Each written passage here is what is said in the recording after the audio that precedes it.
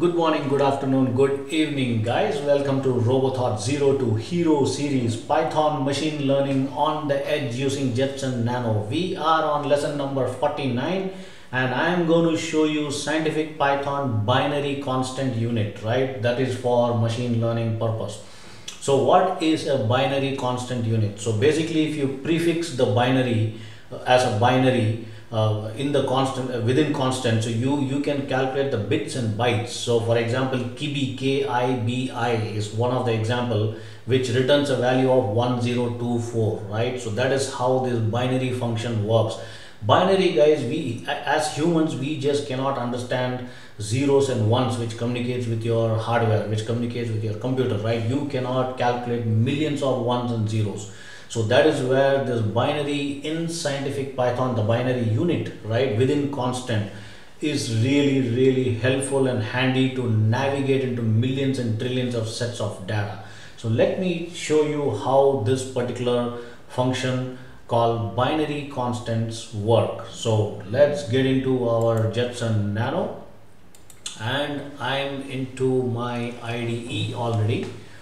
Right, let's import our SciPy, our good friend scientific Python, from SciPy. Import constants. All right. Now let's say print constants dot kibi. Okay, this should ideally give you an output of 1024. Now let's print another unit of binary. There are multiple units of binary, guys, so you need to just take a look, and I'll leave all this list in the comment below. Okay, print constants dot maybe, MEBI. Okay, this will print another set of binary. Okay, and now let's print constant dot gibi, gibi. Can you see that in drop down? You get it automatically, which is good. Gibi. And now let's take another one, print constants dot tebi, all right. After tebi, let's say print constants dot pebi, pebi. It's pretty funny name, right? Isn't it?